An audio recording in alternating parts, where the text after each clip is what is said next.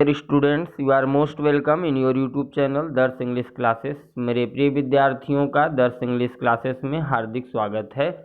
Now it's time to test yourself. मेरे प्रिय विद्यार्थियों, अब समय आ गया है कि हमें अपनी क्षमताओं को जांचना चाहिए।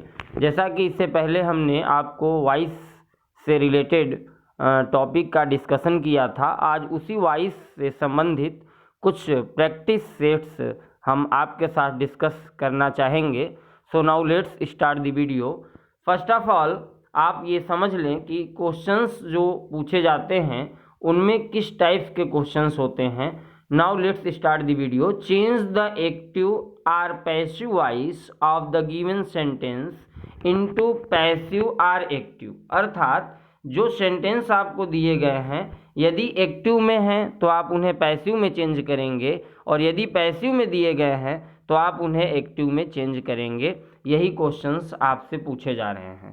Now your first question is the people claim to have seen the suspect in several cities. ये आपका फर्स्ट सेंटेंस है। इस सेंटेंस को यदि आप ध्यान से देखें तो आपको ये आभास होगा, ये मालूम होगा कि यहाँ पे जो क्लेम वर्ड है ये वर्ब का फर्स्ट फॉर्म है, अर्थात ये एक्टिव वॉइस की सेंटेंस है। जब कभी भी पैसिव वॉइस की लाइन आपको कहीं भी देखने को मिलेगी तो जनरली वहाँ वर्ब की थर्ड फॉर्म ही इस्तेमाल होगा, ये आप ध्यान रखें। So it is an active sentence. ये एक एक्टिव सेंटेंस है। अब इसे आपको पैसिव में चेंज करना है। आपके पास 4 ऑप्शंस दिए गए हैं। Option number A is the suspect is claimed to have been seen in several cities. Option number B, the suspect was seen by people in several cities. Option number C, the suspect has been the people in several cities. Number D जो कि option आपको दिख रहा होगा, the suspect is being seen in several cities. मेरे प्रिय विद्यार्थियों, अब इन 4 ऑप्शंस में से कोई एक ही ऑप्शन सही है और उस 1 ऑप्शन को आपको सेलेक्ट करना है। जवाब देने का समय आ चुका है। अब आप इसका जवाब हमें कमेंट बॉक्स में दें। मेरे प्रिय विद्यार्थियों, यहाँ पे यदि आप ध्यान दें तो आपको ये मालूम होगा कि चूंकि ये प्रेजेंट इंडेफिनिट की लाइन है, अर्थात इस लाइन को जब हम चेंज करेंगे पैसिव में तो ये प्रेजेंट कंटिन्यूअस की हेल्पिंग वर्ब की सहायता से चेंज होगी। नाउ अब आप यहाँ ध्यान दें, जो सस्पेक्ट वर्ड है ये आपका ऑब्जेक्ट है और ये जो पीपल आपको दिख रहा है यहाँ पे ये आपका सब्जेक्ट है। और रूल का ये सिस्टम है कि आप ऑब्जेक्ट को सब्जेक्ट और सब्जेक्ट को ऑब्जेक्ट में चेंज करते हैं। सो द सस्पेक्ट, ये जो सस्पेक्ट वर्ड है ये आपका सब्जेक्ट होगा, जो कि 4 ऑप्शंस दिए गए हैं, इन चारों में ये नज़र आ रहा है आपको, अर्थात ये पूरी तरह से। अब आपको एक चीज़ तो क्लियर हो गई कि सस्पेक्ट जो है वो सब्जेक्ट होगा। सेकेंड वन इज, जब आप इसे प्रेजेंट कंटिन्यूअस की सहायता से चेंज करना चाहेंगे, चूँकि सस्पेक्ट कंटिन्यूअस में जब यूज होगा अर्थात इसके साथ ये सिंगुलर है तो सिंगुलर वर्ब इज का इस्तेमाल होना चाहिए। अब आप यहाँ ध्यान दें, आपके पास इज वाले 2 ऑप्शंस हैं, अर्थात ये 2 ऑप्शंस ही आपके ऑप्शंस हैं। इन 2 में से किसी एक ऑप्शन को अब आपको सेलेक्ट करना हो, बाकी आप बी एंड सी को छोड़ दें, चूँकि ये साबित हो चुका है कि ये ऑप्शंस इसके राइट आंसर नहीं हो सकते। अब आप इसके आगे जब बढ़ें तो आपको ये देखने को मिलेगा, इज के बाद हमें इस पर्टिकुलर वर्ब का थर्ड फॉर्म यूज करना था, अर्थात द सस्पेक्ट इज के बाद क्लेम्ड होना चाहिए। और ये जो ऑप्शन नंबर ए है यहाँ पे आपको दिख रहा है इज के बाद क्लेम्ड, अर्थात भी3 का यूज हुआ है। और ऑप्शन नंबर डी को यदि आप देखें तो इज के बाद बीइंग का इस्तेमाल हुआ है, अर्थात ये जो ऑप्शन है ये पूरी तरह से रॉन्ग ऑप्शन है, अर्थात your correct option is option number A. Option number A ही इस क्वेश्चन का आंसर होगा। मेरे प्रिय विद्यार्थियों, इस पर्टिकुलर वीडियो के माध्यम से हम टोटल 18 क्वेश्चंस की बात करेंगे विद फुल एक्सप्लेनेशन। पूरी व्याख्या के साथ आपको मैं इन प्रश्नों का आंसर देने का प्रयास करूंगा। क्वेश्चन नंबर 2 की तरफ बढ़ते हैं। Has anybody answered your questions. ये आपको एक क्वेश्चन दिया गया जो कि एक्टिव वॉइस की सेंटेंस है। इस पर्टिकुलर सेंटेंस को आपको पैसिव में चेंज करना है। फर्स्ट ऑफ ऑल मैंने आपको बताया था कि जब कभी भी कोई भी इंटेरोगेटिव सेंटेंस आपको मिले तो आप उसे असर्टिव में चेंज कर लें।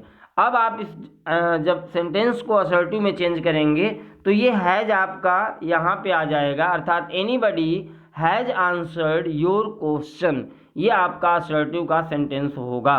Now change the particular assertive sentence into passive. अब आप उस एक्टिव सेंटेंस को पैसिव में जब चेंज करेंगे तो ये योर क्वेश्चन जो वर्ड दिख रहा है आपको, जो कि ऑब्जेक्ट है, ये आपका सब्जेक्ट होगा, अर्थात योर क्वेश्चन जो दिया हुआ है सब्जेक्ट के रूप में, ऐसा सिर्फ आपके पास एक ही ऑप्शन है, बाकी ऑप्शन आपको देखने की ज़रूरत नहीं है।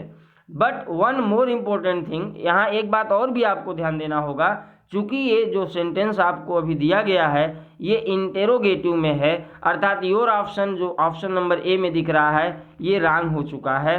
नेक्स्ट अगर हम बात करें anybody has answered your question, यहाँ भी ये पूरी तरह से गलत हो चुका है, क्योंकि आपको जो सेंटेंस दी गई है उस सेंटेंस के स्टार्टिंग में ऑक्सिलरी वर्ब का इस्तेमाल हुआ है, अर्थात जो भी ऑप्शन ऑक्सिलरी वर्ब के साथ स्टार्ट हुए होंगे उन्हीं ऑप्शंस पे हमें विचार करने होंगे, जैसा कि आपको option number C and D में दिख रहा है। इन्हीं दोनों में से कोई एक आंसर आपका राइट आंसर होगा, सही आंसर होगा। अब आप ध्यान दें, योर क्वेश्चन के साथ आपको हैज का इस्तेमाल करना होगा, अर्थात ये ऑप्शन नंबर जो सी आपको दिख रहा है यहाँ पे हैज का इस्तेमाल हुआ है। अब आपको बाकी कुछ नहीं देखना है, it is a correct option, अर्थात option number C is the correct option. Has your question been answered, चूँकि ये पास्ट माफ़ करिएगा प्रेजेंट परफेक्ट की सेंटेंस है और ये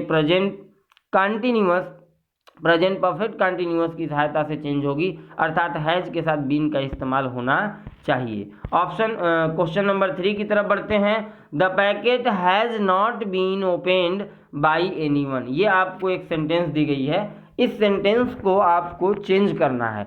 जब आप इस सेंटेंस को वेरी केयरफुली रीड करेंगे तो आपको ये मालूम होगा ये जो पर्टिकुलर सेंटेंस है ये चूंकि बाई प्लस एजेंट का यहाँ इस्तेमाल है, अर्थात ये पैसिव वॉइस की लाइन है। अब आप इसे एक्टिव में चेंज करेंगे, जब आप एक्टिव में चेंज करेंगे तो प्रक्रिया वही है, आपको सब्जेक्ट को ऑब्जेक्ट, ऑब्जेक्ट को सब्जेक्ट के रूप में चेंज करना होगा, अर्थात ये जो बाई एनीवन है ये सब्जेक्ट के रूप में आएगा तो एनीवन हो जाएगा। अब आप यहाँ ध्यान दें, एनीवन वाला सिर्फ आपके पास एक ही ऑप्शन है, अर्थात अब आपको कुछ सोचने की ज़रूरत है ही नहीं।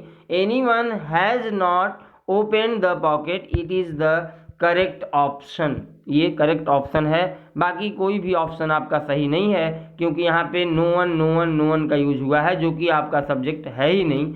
नेक्स्ट क्वेश्चन की तरफ बढ़ते हैं। Question number 4, the news has been brought to us by him. अब आप यहाँ ध्यान दें, बाई हिम अर्थात ये भी पैसिव की लाइन है, जब आप इसे एक्टिव में चेंज करना चाहें तो आपको सबसे पहले बाई हिम को ही में चेंज करना होगा। अब आप देखें ही वाले कितने ऑप्शंस आपको दिख रहे हैं, option number A, option number C, option number D, option number B आपका राइट नहीं है, ये इनकरेक्ट ऑप्शन है, अर्थात आप इसे पहले ही रिमूव कर लें। अब आपके पास 3 ऑप्शंस बचते हैं, इन 3 ऑप्शंस में से कोई एक ऑप्शन आपका राइट आंसर होगा। So now let's discuss about the answer. अब आंसर के बारे में हम डिस्कस करते हैं। अब आप इस ही को जब स्टार्टिंग में सब्जेक्ट के रूप में चेंज कर लेंगे, उसके बाद आपको देखना है कि यहाँ पे हेल्पिंग वर्ब कौन सा इस्तेमाल हुआ है। आपको यहाँ हैज बीन दिख रहा है, अब आप ही के बाद हैज को यूज करेंगे, चूँकि ये पैसिव में हैज का हैज बीन हुआ होगा, यही आपके पास रूल हमने अब डिस्कस किया था। सो ही के बाद आपको अब देखना है हैज कहाँ पे है। ऑप्शन नंबर डी आप ध्यान देंगे यदि तो आपको दिखेगा he has brought us the news, it is the correct option, it is the answer है फॉर योर क्वेश्चन नंबर 4। ये क्वेश्चन नंबर 4 का आपका आंसर होगा। मेरे प्रिय विद्यार्थियों, ये आपको सिर्फ अपने लक्ष्य को देखना है, सिर्फ आपको अपने करेक्ट आंसर को देखना है, बाकी जो ऑप्शंस हैं उन पे आपको विचार करने की ज़रूरत नहीं है। क्वेश्चन नंबर 5 की तरफ बढ़ते हैं। She pulled the door and bolted it behind her. अब आप इस पर्टिकुलर सेंटेंस को यदि ध्यान दें तो आपको ये दिखेगा कि यहाँ पे ये जो पर्टिकुलर सेंटेंस है ये कंपाउंड सेंटेंस है, इसमें डबल सब्जेक्ट डबल ऑब्जेक्ट की चर्चा की गई है। अब आपको इस पर्टिकुलर सेंटेंस में ढूंढना है कि इसका राइट ऑप्शन क्या है। ये पुल्ड, ये V2 है वो आपका सेकेंड फॉर्म है, जो कि अर्थात ये एक्टिव वॉइस की लाइन है, यहाँ पे बाई प्लस एजेंट का इस्तेमाल नहीं हुआ है। अब आपको ढूंढना है कि आपका राइट आंसर कौन सा है। मेरे प्रिय विद्यार्थियों, जब कभी भी इस तरह का सेंटेंस आपको मिले तो आपको ध्यान देना होगा कि सबसे पहले सब्जेक्ट को आप ढूंढें, अर्थात एक्टिव वॉइस में ऑब्जेक्ट जो होगा वो आपका सब्जेक्ट होगा। अब आप यहाँ ध्यान दें, सी पुल्ड के बाद जो ये डोर है यही आपका सब्जेक्ट बनेगा, अर्थात द डोर ये आपका सब्जेक्ट हुआ। चूंकि ये पास्ट इंडेफिनिट की लाइन थी तो वाज इसके साथ आना ही था, अर्थात यहाँ आप ध्यान दें आपके पास 4 ऑप्शन हैं, चारों ऑप्शन में the door was, the door was, the door was, ये चारों जो ऑप्शन है इन सब में है, अर्थात अभी तक आपको आंसर नहीं मिला है। नेक्स्ट जब आप आगे बढ़ेंगे तो आपको ये पता होगा कि वाज के बाद पैसिव वॉइस में V3 का इस्तेमाल होना चाहिए, अर्थात अब आपको देखना है कि यहाँ पे पुल्ड का थर्ड फॉर्म पुल्ड कहाँ कहाँ पे है। तो आप ध्यान दें, option number A, option number C and option number D, इन तीनों ही ऑप्शन में पुल्ड का यूज हुआ है, अर्थात अब आपके पास ऑप्शन नंबर बी करेक्ट नहीं है, इनकरेक्ट है, ये आपको आभास हो चुका। Option number A C D को ही हमें चूज करना है कि कौन सा ऑप्शन हमारा सही ऑप्शन होगा। अब आप यहाँ ध्यान दें, जब आप इसे चेंज कर लिए द डोर वाज पुल्ड में, अर्थात यहाँ तक अब आपको मालूम चला कि ये तो हमारा सही है। उसके बाद आप आगे जब बढ़ेंगे तो ये जो बोल्टेड वर्ड है इसके बाद आपको बाई प्लस एजेंट का इस्तेमाल करना होगा, अर्थात अब आप यहाँ देखें बोल्टेड के बाद बाई हर फ्रॉम बिहाइंड ऐसा लिखा है, यहाँ केवल बोल्टेड है, अर्थात ये भी रॉन्ग हो चुका, ये भी रॉन्ग हो चुका। Last one is the door was pulled and bolted by her, it is the correct answer of your question. Question number 6 की तरफ बढ़ते हैं। The clown was being laughed at by them, यहाँ आप यदि आप ध्यान से देखें तो ये पैसिव वॉइस की लाइन है, चूंकि यहाँ पे वाज बीइंग का इस्तेमाल हुआ है, अर्थात ये जो पर्टिकुलर सेंटेंस है ये पास्ट कंटिन्यूअस की सेंटेंस रही होगी। अब आप इस बाई देम को जब सब्जेक्ट के रूप में चेंज करेंगे तो ये दे में चेंज होगा, जैसा कि 4 ऑप्शंस दिए गए हैं, 4 ऑप्शंस में सब में ये कॉमन है, अर्थात अभी आपको जवाब नहीं मिला है। अब आपको देखना है दे के बाद कौन से वर्ब का इस्तेमाल होगा, तो दे के बाद वर्ब का इस्तेमाल होता है, ये आपको मालूम है। अब आपके पास सिर्फ 2 ऑप्शन करेक्ट बचे, आपके ऑप्शन नंबर सी और डी ये इनकरेक्ट हो चुके हैं मेरे प्रिय विद्यार्थियों। अब आपको देखना है कि वर्ब के बाद आपको आईएनजी फॉर्म यूज करना होता है पास्ट कंटिन्यूअस टेंस में, जो कि option number A and B दोनों में ही दिख रहा है, लॉफिंग लॉफिंग, अर्थात अभी भी आपको राइट आंसर नहीं मिला है।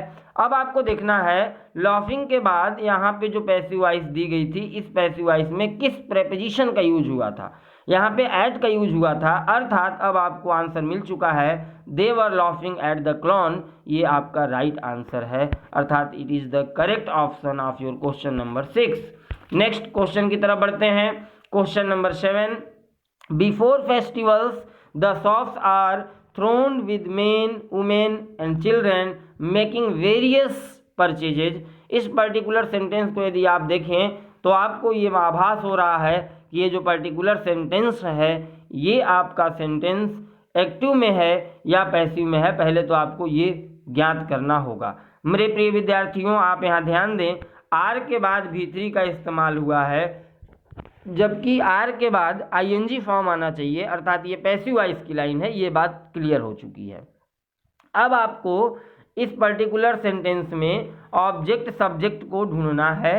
अब आप यहाँ ध्यान दें, मेन वुमेन एंड चिल्ड्रेन, ये जो पर्टिकुलर आपको दिख रहा है ये पर्टिकुलर आपका सेंटेंस का सब्जेक्ट बनेगा, अर्थात मेन वुमन एंड चिल्ड्रेन। यहाँ तक तो ये ऑप्शन नंबर ए सही है, बाकी जितने भी ऑप्शन हैं option number C and option number A को यदि आप छोड़ दें तो ये 2 ऑप्शन आपके पहले ही इनकरेक्ट हो चुके हैं, इन 2 पे हम कोई चर्चा नहीं करेंगे। नेक्स्ट आगे बढ़ते हैं। जब आपने इसमें मेन वुमन एंड चिल्ड्रेन को ढूंढ लिया, अब आपको देखना है कि एक्टिव वॉइस में जब ये सेंटेंस होगी तो इसके साथ क्या यूज करना होगा। आप ये ध्यान दें, इस तरह की जब कभी भी सेंटेंस मिले, लंबी सेंटेंस हो, तो आपको घबराना नहीं चाहिए, आपको धैर्य से काम लेना चाहिए। अब आप यहाँ ध्यान दें, ये जो थ्रोन्ड वर्ड है ये थ्रोन वर्ड V3 है, अर्थात जब इसे आप एक्टिव से पैसिव से एक्टिव में जब आप इसे चेंज करेंगे तो यहाँ पे थ्रोन यानी कि V1 यूज होगा। चूंकि ये पूरे प्लूरल वर्ब में प्लूरल फॉर्म में है, मेन, वुमन एंड चिल्ड्रन, इसलिए यहाँ पे जो वर्ब होगा वो थ्रोन होगा। अब आप ये ध्यान दें, क्या ऑप्शन नंबर सी में भी ऐसा वर्ब यूज हुआ है? नहीं हुआ है, अर्थात option number A is the correct option. Question number 8 की तरफ बढ़ते हैं। You must look into this matter. अब आप यहाँ ध्यान दें, इस पर्टिकुलर सेंटेंस में आप ध्यान देंगे तो आपको ये मालूम होगा कि ये एक्टिव वॉइस की लाइन है, अर्थात दिस मैटर को आपको सब्जेक्ट के रूप में चेंज करना होगा, जो कि चारों ही ऑप्शन में दिख रहे हैं, अर्थात अभी आपको आंसर की सटीक जानकारी नहीं हो पाई है। नेक्स्ट, जब आप आगे बढ़ें, अब आप ध्यान दें, यहाँ पे मस्ट का यूज हुआ है, बट यहाँ पे जब मस्ट कहीं नहीं दिया है तो आपको देखना होगा कि मस्ट के रिप्लेसमेंट में कौन सा वर्ड यूज हो सकता है। तो मेरे प्रिय विद्यार्थियों, यहाँ पे शुड का यूज हो सकता है, और शुड के बाद बी प्लस V3 का यूज होता है, अर्थात this matter should be looked into by you, it is the correct option. Next आगे बढ़ते हैं क्वेश्चन नंबर 9 की तरफ। Our task has been completed before sunset. यहाँ आप ध्यान दें, हैज बीन के बाद कंप्लीटेड V3 का यूज हुआ है, अर्थात इट इज पैसिव सेंटेंस। ये एक पैसिव सेंटेंस है। अब इस पैसिव सेंटेंस को आपको एक्टिव में चेंज करना है। चूंकि यहाँ पे आपको ऑब्जेक्ट नहीं दिख रहा है और यहाँ पे स्टार्टिंग में आवर टास्क का यूज हुआ है, अर्थात इस पर्टिकुलर सेंटेंस का जो सब्जेक्ट होगा वो वी होगा। अब आप यहाँ ध्यान दें, वी के साथ कौन कौन से सेंटेंस स्टार्ट होते हैं, जो कि चारों ही सेंटेंस स्टार्ट होने, अर्थात it is not correct answer. अभी आपने सही आंसर को गेसिंग नहीं किया। अब आप वी को जब सब्जेक्ट बना लेते हैं तो आपको देखना होगा हैज बीन, चूंकि यहाँ पे यूज हुआ है, अर्थात यहाँ पे हैज आना चाहिए वी के बाद, या हैव आना चाहिए। तो अब आपके पास वी हैव के साथ केवल एक सेंटेंस है, ऑप्शन नंबर बी, अर्थात we have completed our task before sunset, it is the correct option of your answer. Next question number 10 की तरफ बढ़ते हैं। 2 motorcycle mechanics were arrested for their alleged involvement in innumerable vehicle theft। यहाँ इस particular sentence को यदि आप ध्यान दें तो आपको ये दिख रहा है कि यहाँ पे वर अरेस्टेड का यूज हुआ है, अर्थात वर के बाद V3 का यूज हुआ है। ये भी पैसिव वॉइस की सेंटेंस है। अब इसे आपको एक्टिव में चेंज करना है। मेरे प्रिय विद्यार्थियों, यहाँ पे आपको ऑब्जेक्ट का आभास नहीं हो रहा है, बट जनरली ऐसा माना जाता है कि जो चोरी होती है वो चोर के द्वारा होती है और उसे जो अरेस्ट करता है वो जनरली पुलिस ही होता है, अर्थात यहाँ पे द पुलिस आपका सब्जेक्ट होगा, जैसा कि आपको option number A and option number B में दिख रहा है। नेक्स्ट अगर हम आगे बढ़ें तो अब आपको देखना होगा कि इस पर्टिकुलर सेंटेंस का सब्जेक्ट तो मिल गया आपको, अब आपको ढूंढना है कि किस वर्ब का इस्तेमाल होगा। यहाँ आप ध्यान देंगे, वर अरेस्टेड, यहाँ पर ऐसा आपको सेंटेंस मिला था, अर्थात ये लाइन पास्ट इंडेफिनिट की रही होगी, तभी ये पास्ट परफेक्ट में चेंज हुई है। अब यहाँ आपको देखना है, चूंकि ये हैज का इस्तेमाल यहाँ हुआ है, अर्थात ये तो प्रेजेंट परफेक्ट की लाइन हो गई, तो ये रॉन्ग हो गया। ऑप्शन नंबर बी को यदि आप ध्यान दें तो यहाँ पुलिस के बाद V2 यूज हुआ है, जो कि पास्ट इंडेफिनिट की पहचान होती है, अर्थात the police arrested 2 motor mechanics for their alleged involvement in innumerable vehicle thefts, it is the correct option of your answer. मेरे प्रिय विद्यार्थियों, हमें सिर्फ और सिर्फ अपने लक्ष्य की तरफ ध्यान लगाना है, बाकी ऑप्शन से मुझे कोई लेना देना नहीं है, सिर्फ हम उसे खोजने का प्रयास करेंगे। यही आपके लिए एग्जाम्स में टाइम सेविंग का मूल मंत्र होगा। हिज हार्ड वर्क सेटिस्फाइड मी। अब आप यहाँ ध्यान दें, इस पर्टिकुलर सेंटेंस को यदि आप देख पा रहे हो तो यहाँ पे आपको एक नया वर्ब दिखाई दे रहा है, सेटिस्फाइड। अब आपको मैं एक बात बता दूं, जैसा कि हमने अपने वॉइस वाले पार्ट में आपको बताया भी था, सेटिस्फाइड के बाद कभी भी एट का ही यूज होता है, बाई का यूज नहीं होता। अर्थात अब आप यहाँ ध्यान दें, satisfied for, satisfied by, satisfied with, satisfied at. अब यहाँ आप ध्यान दें, ये 2 ऑप्शन तो आपके पहले ही इनकरेक्ट हो चुके, अब आपके पास दो ऑप्शन बचते हैं, option number C and option number D. यहाँ आपको ये ध्यान देना है, जो पर्टिकुलर सेंटेंस है यहाँ पे सेटिस्फाइज जो वर्ब है ये दो प्रेपोजिशन लेता है, एक एट और एक विथ। विथ का इस्तेमाल तब होता है जब आप किसी व्यक्ति से संतुष्ट हों, और एट का इस्तेमाल तब होता है जब आप उसके किसी कार्य से संतुष्ट हों। ऐसी कंडीशन में अब आपको इस पर्टिकुलर सेंटेंस का मीनिंग पहले निकालना होगा। हिज हार्ड वर्क, उसका कठिन परिश्रम, सेटिस्फाइज्ड मी, मुझे संतुष्ट किया। अब यहाँ आप ध्यान दें, एक चीज़ क्लियर हो चुकी है कि यहाँ पे किसी व्यक्ति की बात नहीं हो रही है बल्कि उसके कार्य की बात हो रही है, अर्थात अब आपको कुछ भी सोचने की ज़रूरत नहीं है। I was satisfied at his hard work, it is the correct option of your answer of your question. Next बात करते हैं, क्वेश्चन नंबर 12 की तरफ बढ़ते हैं। I saved him from clutches of pickpockets. अब आप यहाँ ध्यान दें, आई सेव्ड हिम, जब जैसे ही आपको यहाँ सेव्ड दिखा आपको तुरंत समझ लेना चाहिए कि ये वर्ब का सेकंड फॉर्म है। अब जब इसे आप चेंज करेंगे तो ये पास्ट कंटिन्यूअस वाले हेल्पिंग वर्ब की सहायता से चेंज होगा, अर्थात अब आप इस हिम को सब्जेक्ट के रूप में चेंज करें जो कि ही होगा। चारों ही ऑप्शन में ही आपको दिख रहा है, अभी आप थोड़ा वेट करें। अब जब शब्द का इस्तेमाल हुआ है तो ही के बाद वाज आना चाहिए, अर्थात ही वाज, और उसके बाद V3 आना चाहिए। He was saved by me from clutches of pickpockets, it is the correct option. आपको he has been, he could be, he may have, ऐसा आपको कुछ सोचना ही नहीं है, सिर्फ आपको ये देखना है कि ही के बाद जो आपका ऑक्सिलरी वर्ब है वो वाज था, और वाज के बाद आपको V3 यूज करना था, जो कि शेप का V3 जो होगा सेव्ड होगा, अर्थात option number C is the correct option of your question. Next question की तरफ बढ़ते हैं, question number 13। Who can count the stars in the sky. इस तरह की सेंटेंस आपको दी गई है। आप यहाँ ध्यान दें, इस तरह के सेंटेंस को आप बहुत ही केयरफुली आंसर देने का प्रयास करें। ये बहुत ही डिफ़िकल्ट भी होता है और बहुत ही आसान भी होता है। आप इसे दो तरीके से चेंज कर सकते थे, एक तो हु के द्वारा भी चेंज हो सकता था या बाई हुम के द्वारा भी चेंज हो सकता है, जैसा कि आपको ऑप्शन में बाई हुम वाला ही ऑप्शन दिख रहा है। अर्थात अब आपको देखना है बाई हुम, बाई हुम, बाई हुम, बाई हुम, चारों ही ऑप्शन में बाई हुम का इस्तेमाल हुआ है। अभी आपको सटीक आंसर की गेसिंग नहीं हो पाई है, थोड़ा वेट करें। अब आप आगे जब बढ़ेंगे बाई हुम के बाद, तो अब आप ध्यान दें, कैन काउंट, कैन का यूज हुआ था। जब कैन का यूज होगा मेरे प्रिय विद्यार्थियों, तो कैन के बाद बी आना चाहिए, अर्थात कैन तो सबके साथ। अब आपको देखना है कैन के साथ कहाँ कहाँ ऑप्शन है, option number A and option number B, अर्थात option number C and option number D is incorrect. ये पहले ही अपने रास्ते से बाहर हो चुके हैं। अब हमें सिर्फ दो ऑप्शंस के बारे में विचार करने हैं। अब आप ध्यान दें, बाई हुम कैन द स्टार्स, बाई हुम कैन बी स्टार्स। यहाँ ध्यान दें आप, जब कैन का इस्तेमाल होगा तो उसके बाद सब्जेक्ट आना चाहिए, न कि बी आना चाहिए, अर्थात यहाँ पे कैन के बाद द स्टार्स का यूज ऑप्शन नंबर ए में हुआ है, अर्थात option number A is the right answer. By हुम can the stars in the sky be counted.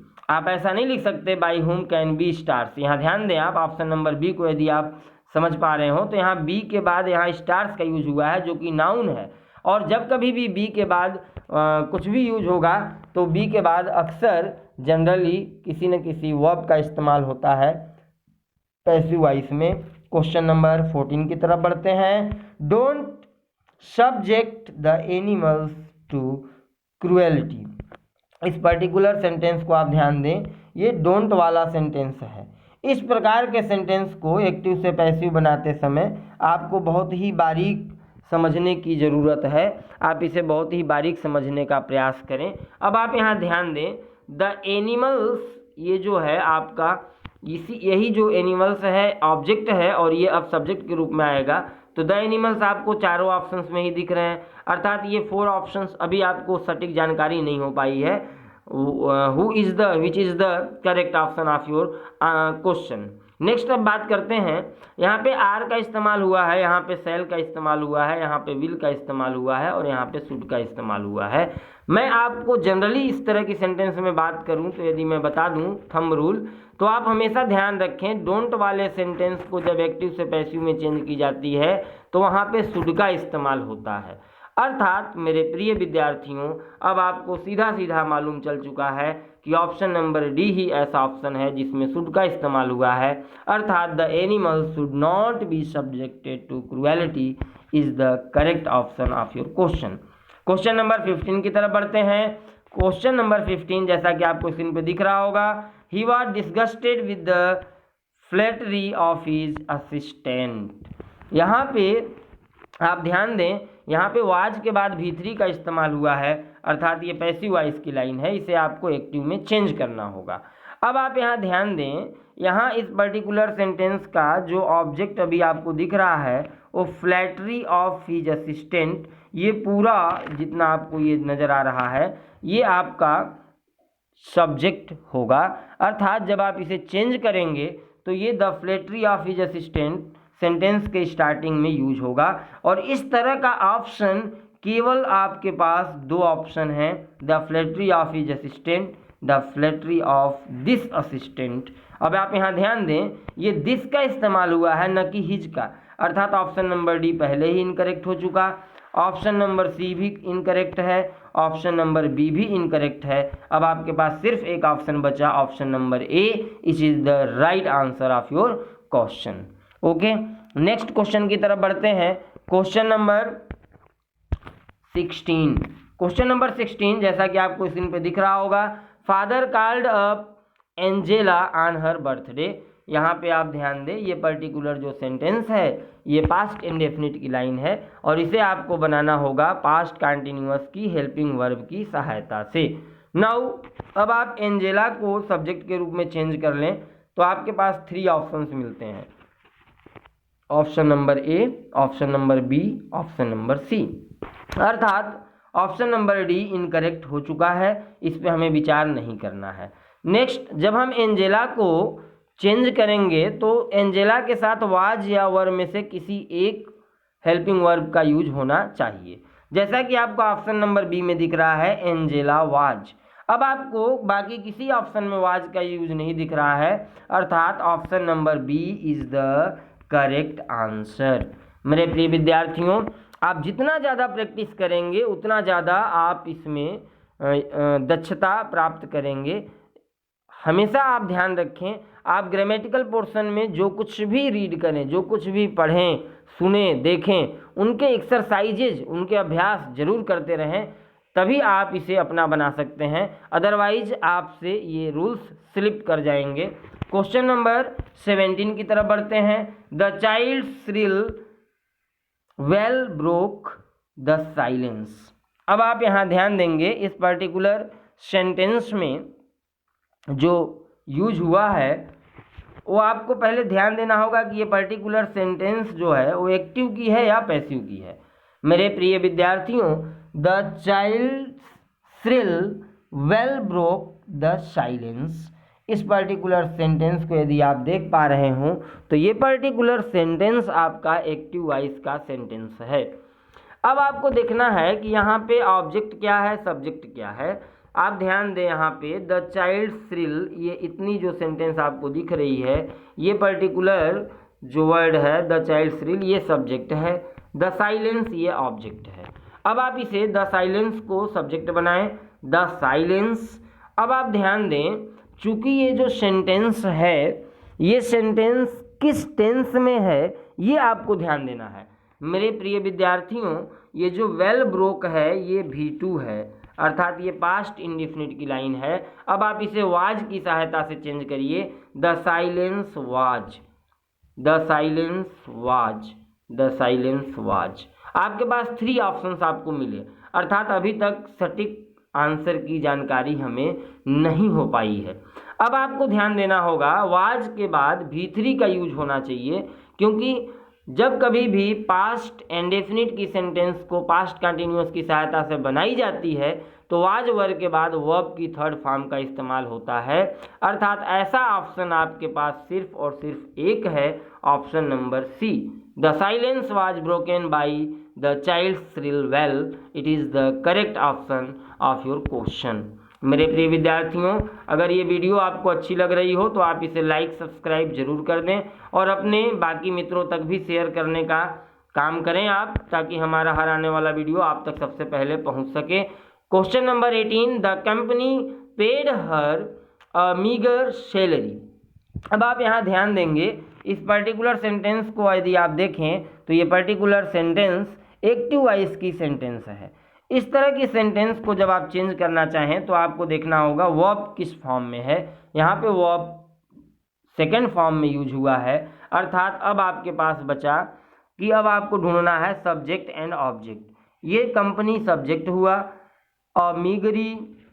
Meagre salary ये आपका ऑब्जेक्ट हुआ। अब आप इस ऑब्जेक्ट को सब्जेक्ट के रूप में जब चेंज करेंगे तो आपके पास ऐसा दो ऑप्शन मिलता है, option number B and option number D, a meagre salary, a meagre salary. अब आप ध्यान दें, इसके बाद वाज का इस्तेमाल होगा।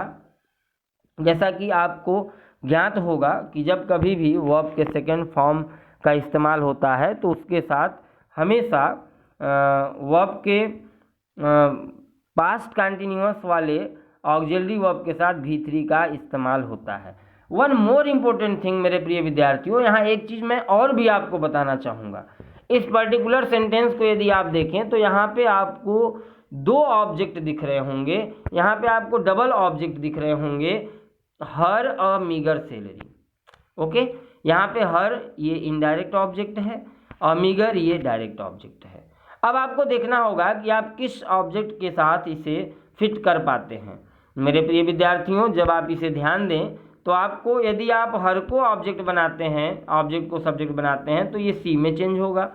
अब आप इसके साथ वाज का इस्तेमाल करें, she was paid a meagre salary by the company, it is the correct option. ये आपका करेक्ट ऑप्शन है इस क्वेश्चन का। यदि आप इसे दूसरे तरीके से बनाना चाहें, अ मीगर सैलरी ऐसा यदि आप बनाना चाहें, तो अब आप इसे अ मीगर सैलरी के बाद आप वाज का इस्तेमाल करेंगे, जैसा कि आपको दिख रहा होगा ऑप्शन नंबर डी, वाज।